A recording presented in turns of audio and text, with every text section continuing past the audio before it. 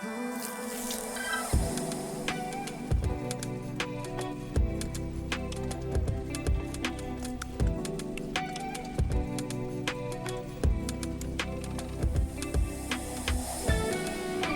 right, I am excited about starting this series of talks. And the reason that I'm excited about it is because it deals with pertinent issues around a Pentecostal apostolic Christian's life. And communication is my favorite subject. If someone said, you get to talk about whatever you want, hands down, I am going to pick communication styles of leaders and how they communicate. And to be honest with you, God is a speaking God. He is a communicator. And because we are His children, we are the offspring of a speaking God. Therefore, we are a speaking people. And made in His image, that is what distinguishes us. Of course, consciousness as well, but self-awareness and other things. But of all other things that distinguish us, it is the ability of speech, elocution, articulation that just really profoundly differentiates us from any other living being. Now, our words are not just communication back and forth. Our words create worlds that we live in. And so I'm extremely fascinated in communication, how leaders communicate, how people talk.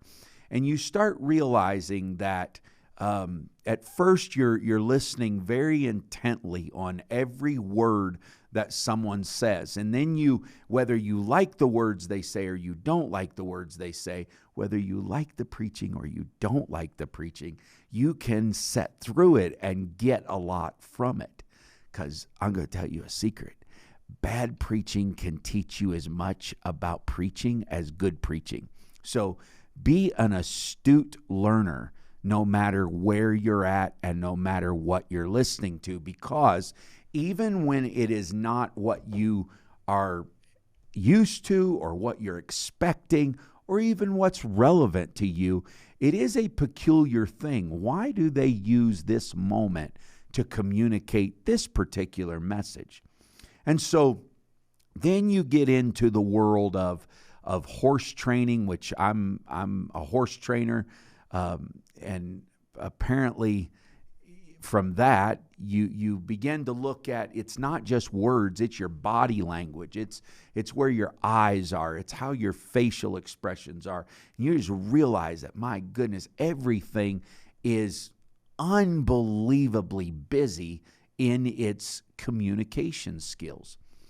And so then, as a communicator and as a lover of communication, I start watching other forms of nonverbal communication, powerful and very acute ways of demonstrating communicable meaning and intent. And you start watching how people do this.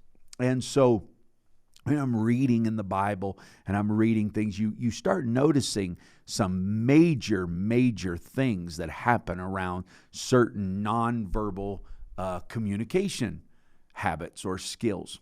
And so what's kind of got me going tonight is I want to talk to you about clothing. And I want to tell you that clothes matter and how you dress matters. And it communicates certain things that you may want people to know or you may not want them to know. And so I'm going to do a bunch of episodes called Clothes Matter. And we're going to talk about clothing, and we're going to talk about what they communicate and how they communicate and what they say. So you're really going to want to pay attention to this, because I've read so many books, like all of this behind me on the screen. That's not just something we patch together. That's actually out of stacks of books that I've read and tried to discern how clothes communicate and what is the message that you're communicating. And so as a leader, as an employer, I can watch the way that people dress when they come to work. I can almost tell you what kind of mood they're in by just the way that they're dressed. And the Bible is full of these moments where major transitions happen in Scripture, not just individually, but theologically as well. And I've noticed something, that they will either change their clothes or they will take their clothes off in some cases. We'll talk about that. And put clothes on, and they'll change clothes. We have one episode we'll do on Esther. She changes her clothes to get Israel to live, and then she changes her clothes to get Naaman to die. And so clothes are part of the nonverbal communication. And so people say, well, it don't matter. The outside doesn't matter. But it spiritually matters, and we'll get into that, and we'll get into modesty and what is modesty and what is costly array. We'll unpack all these subjects. We'll kind of poke in a little bit at preachers in sneakers, and poke in a little bit at some other IG accounts that really emphasize that segment. But let's get into clothing tonight, just as a discussion. And so the symbolic power of clothing, both in terms of what it hides as well as what it reveals, has everything to do with the identity and how we perceive it. So clothes do matter. And I'm going to read you some research that was done about clothing. And what really got me going was I read a paper, and it was a academic paper, but it was on the psychological analysis of what the Nazis did to the Jews when they got off the train. One of the reasons that they used nakedness as a form of psychological warfare or to humiliate them is because there is nothing like anything else like nakedness that devalues the human identity. And it is scientifically proven and research oriented that in nakedity, or long form, in nakedness, you feel less than human. It is the animalistic approach to the human construct. So you have so much that goes on. So once we want to identify ourselves as human beings, as people of consciousness with a center of consciousness and identity, and the identity projection or telegraphing what the message of said chosen identity is, then how do we do that? We do that by distinguishing ourselves. How do we distinguish ourselves? Well, many people use what they put on as a way of finding an expression of diversity. So very, very, very far back in historical times, there's a book that I did another podcast on. I think I did it with Jason DeLeo, and it was about work. And why is work a four-letter word? But in that book, Work, it talks about how people would arm themselves to go out into the hunter-gatherer existence. And many of them would do this by putting some type of amulet or some type of, what we would call today kind of a lucky charm thing. And you would put that on, and then you would go out, and it somehow gave you mystical or mythological or magical power to withstand whatever you will face when you go out of your safe place or wherever it is. So there was an early and ancient belief in magical powers of clothing and ornamentation. It was not invented by the modern individual. Primitive human beings beset by a plethora of fears in a frightening world of discovery, sought to protect themselves by attributing animalistic powers to inanimate objects through body paint, garments, ornamental objects. They sought to control the forces that dominated their lives. Many of them would paint a yellow paint on their bodies and faces. They believed that enabled them to radiate the power of the sun. Bones, teeth, claws of bears, lions, animal skins gave them strength and stealth of animals that preyed upon them. And this belief in the supernatural power of clothing and ornamentation, or later on as it progresses, which I'm going to do a whole episode on tattoos and what type of clothing tattoos are. Anyhow, they were as widespread throughout the human history. They believed that these tattoos, these ornaments, or certain clothing or amulets somehow bring them magical and mystical power. And that persists, by the way, even today. Magic, rings, amulets, other objects, they write, that are meant to establish an aura of invincibility have not disappeared. They simply no longer appear in their original forms and are not used in the service of magic on a conscious level. The book goes on to explain how that ornamentation is used to identify someone as seductive or fertile or sexy or somebody that you would want to be with. And so they use that to somehow declare that I am special and I am attractive. Now, the definition of dress, this comes out of the book called The Language of Clothes, okay?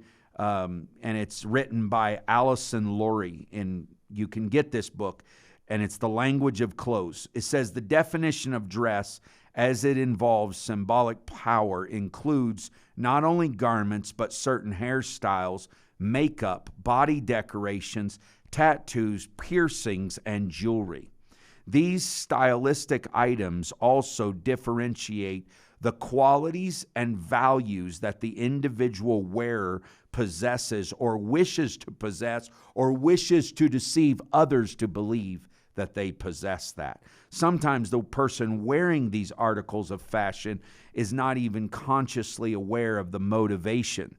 Fashion can tap deep-seated sources of emotion and project them, telegraphing them from the invisible into the visible world.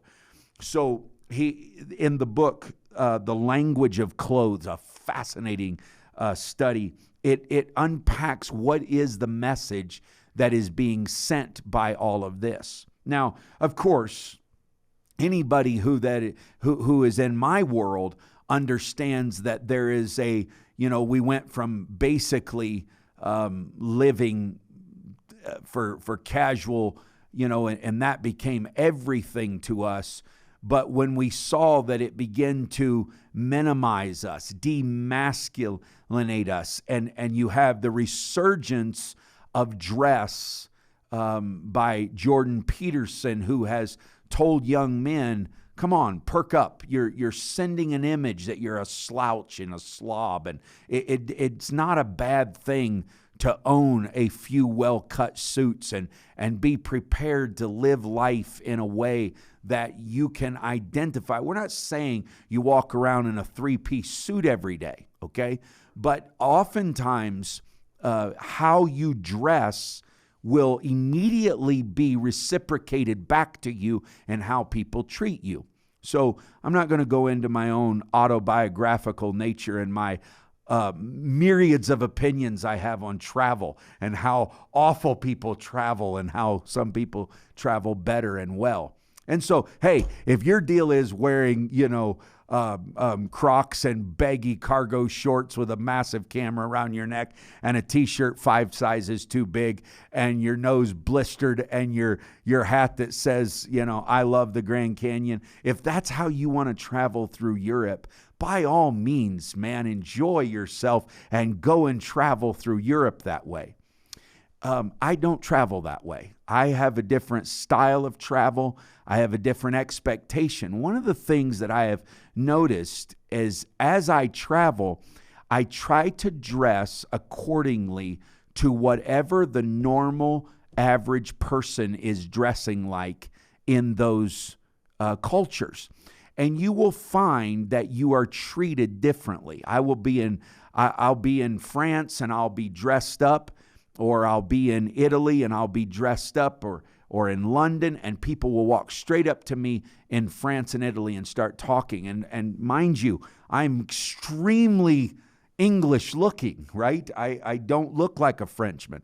I don't look like an Italian, but they will come up and assume, because there's no way you're a tourist and you're dressed like this, because they assume that you're something.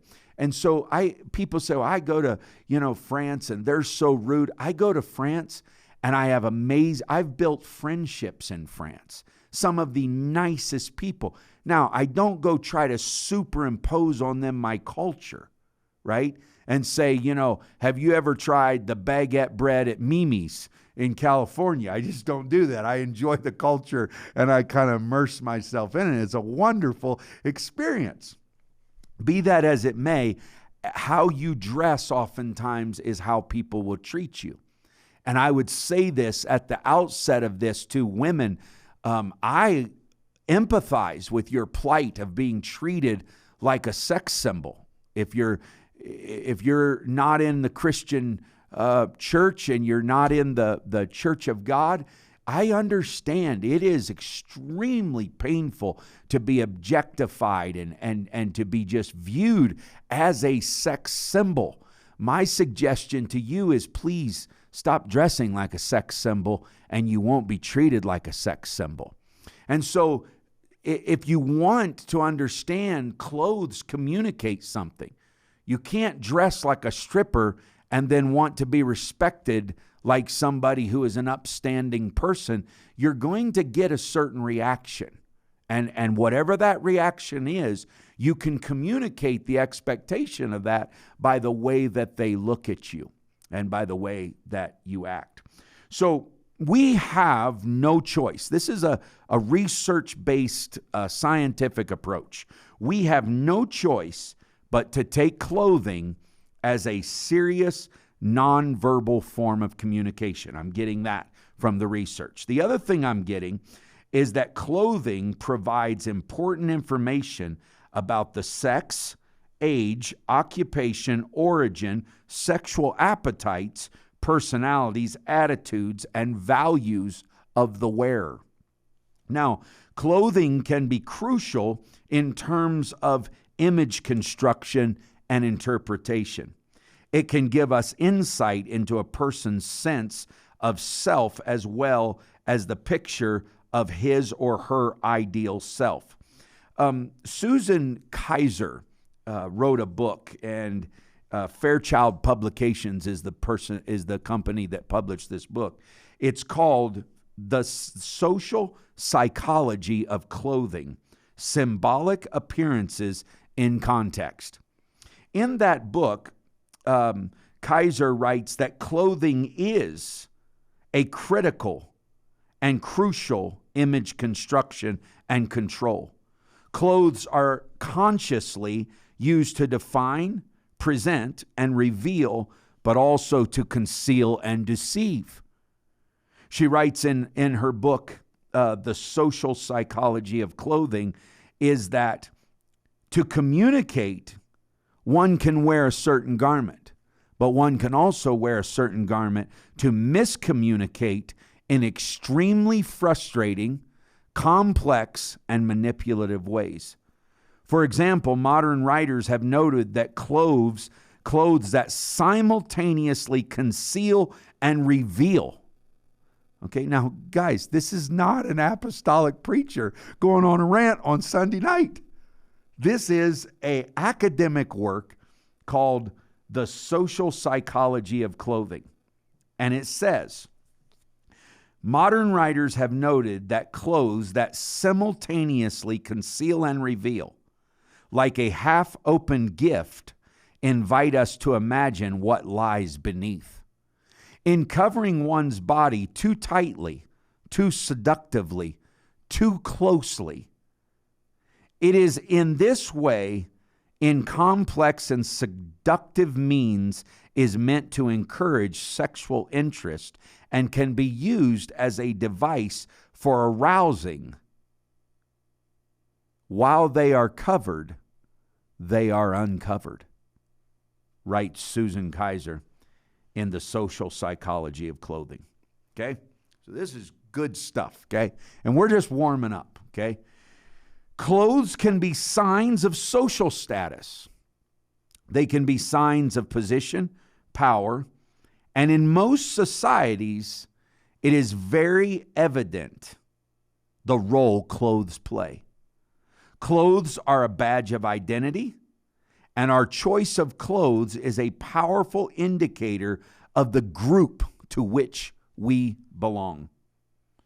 As individuals attempt to bridge different worlds, they are constantly dressing and undressing, assuming and then casting aside those identities.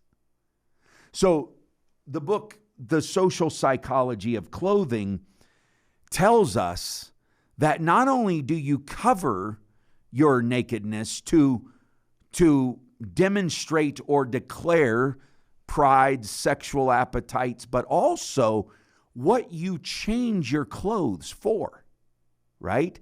So in its most basic form, all of us have a go-to comfort level that says, this is how I like to live. This is my preferred dress. The great thing about being in postmodernity and in this society is, my goodness, everybody gets to be what they want to be and do what they want to do. So we all get to dress the way we want to dress and what's comfortable to us. Okay? But you need to also think in your mind and say, why do I change my clothes? I'm going out to dinner with this person, or I'm going to interact with this group of people, or I'm going to this certain place, restaurant, museum, school, interview. Why did I change my clothes? Okay? I'm not normally going to be seen this way. So there's psychologically, spiritually, and emotionally a reason that I'm changing my garments. Okay? And so you got to understand that while I've read all this and I've just parsed all this out as a communication kind of genre, I started realizing that I started studying people who change their clothes for different things. They feel underdressed or overdressed. Isn't that the worst feeling in the world? Like, you know, we had an open forum here the other night. And just to be ornery, I knew that Andrew Bentley he always dresses fairly casual and you know, he's going to wear them wild and crazy looking, you know, shoes. And I know that David Holmes has a preference go-to set. And so I thought, you know, tonight's a kind of an open conversation. It's not church as normal. They're going to be really dressed down, right? So I picked my most formal suit, like tuxedo style almost, because I just wanted to mess with them. And it's so much fun because the way people interact with and what message they telegraph with their clothes is just endlessly fascinating.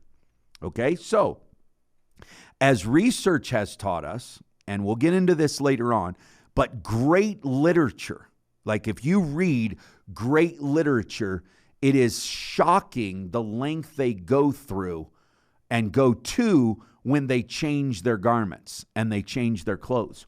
So you will notice major transitions in the narrative in great literature when they change their clothes. So like when Anna Karenina goes in Dostoevsky's book and she changes her garments to go to the ball, you see how the psychological expose of what's going on in her own sense of self-awareness and her own ambition, but it wars against her unworthiness or her, and then she walks in completely something different, but she's struggling with, am I showing off? Am I doing this just to impress somebody? Am I doing this only because I have ambition, right? So sometimes you got to, figure out this line of changing your clothes. Is this my own arrogance? Do I want to be better than somebody? Or is this because I'm embarrassed and I have pride and I don't want to look like I can't do what someone... That's why people wear fake brands, because they can't afford those brands. But my goodness, their pride demands that you will carry the name, even if it's not real. And I'll get into that later on. That's so much fun to talk about. And so, I've got to wear this because I've got to project this image that I am this or I am that. But yet, are you really? And is it pride, or is it self-worth or lack of self-awareness or whatever it is? And so then you begin to study how rich people dress, how they're comfortable, what they do. In England, it's tweeds. They wear tweeds all the time. Some of the richest people in the United States, it's a blue suit every day, or it's black power suit, and they wear those two suits, and that's it. They have my bunch of blues and a bunch of blacks, and they look the same every day, and they're wearing different clothes because the lack of wrinkles or the lack of crease. And so you say, well, man, he looks crisp, but that's President Barack Obama's deal. He had a certain line of suits. He never varied. He never changed. And then he comes out one day. I forget, Thomas can put it up here, but look at this picture right here of Barack Obama in this beige suit. Okay, so you have all kinds of gates in the presidency. You have Watergate. You have all kinds of problems. But Barack Obama causes this great stink because he was never seen in any other colored suit until he walks out, and they're like, "What's different? Why are you wearing this suit? What's message you're trying to telegraph?" So changing clothes is something that's important, and it's also something that telegraphs a message, okay? And it does weirdly but wonderfully give you an inside window into someone's personality. You are reading their psychology when you're looking at what they choose. And so it's a wonderful thing, an example. So anyhow, I got to move along here. As in any great literature, the language of putting on and taking off clothing in the Bible is no different. Okay? So I started reading through the Bible at all the places that somebody changed their clothes. And I realized, my goodness, this is like which I'm already in a series at church and I already go too long, whatever, on the same subject or book. So I'm not going to do this at church, although you probably will hear me preach in and out and around some of this stuff. But the Bible's no different. In great literature and in the Bible, you notice a remarkable thing that happens when people change their clothes. It's almost theological down to the point, okay? And so you can look at especially the character studies and ask, why do they change their clothes? Why are they making differences? And we're going to tell the stories of how clothing matters and the great hinge on the use of clothes can provide us as readers with a sense of an overarching worldview of the biblical writers and the biblical stories. So that's where we're at. This is an intro into Clothes Matter, and we're going to do an in-depth study on clothing, on modesty, on costly array, on nakedness and where they change their garments. And so some of these books I will refer to in several episodes later. But the class warfare thing is important. The shockingly high cost of cheap fashion. This is interesting because it really peels back kind of the bizarreness of what people that buy for brand instead of quality. This is a great book. I'd recommend this book to anybody, The Status Revolution. I love the subtitle, The Improbable Story of How the Lowbrow Became the Highbrow. And this is written by Chuck Thompson. Great book. I recommend it. Also, another one that we will be working with and around, and this is called Deluxe. And it's written by Dana Thomas, How Luxury Lost Its Luster. And it delves into kind of the copy and paste version of luxury and why the lower you go down in the brand offering, the bigger the words are. You know, like when you're at the lowest level of buying luxury brands, like it's this big across your chest or across your leg, it's all the way down, it's 50,000 times all over your shoe. You know, but the higher it is in the luxury brand, you look at it and it's very, very well made, completely differently made. And so these companies have come up with a way to just run all of the cheapest version of their quote unquote luxury items into places like Saks Fifth Off, which has very few items that actually are sold in the Saks Fifth Avenue store. And so you'll see the same thing in Nordstrom. You'll see the same thing in other places because what they're doing is they're repackaging the brand, but they're putting it on the lowest quality that they can get it so that they can get it into the hands of more people. But the higher you go up in the luxury brand, the less the name actually gets plastered across.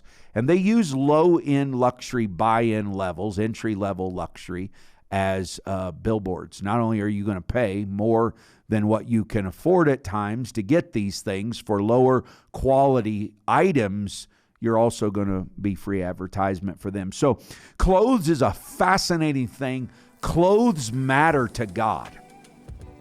Okay, it's not just psychology. It's not just my personal preferences. Clothes matter to God. Join me in this next episode, and let's see what God thinks when man tries to dress up.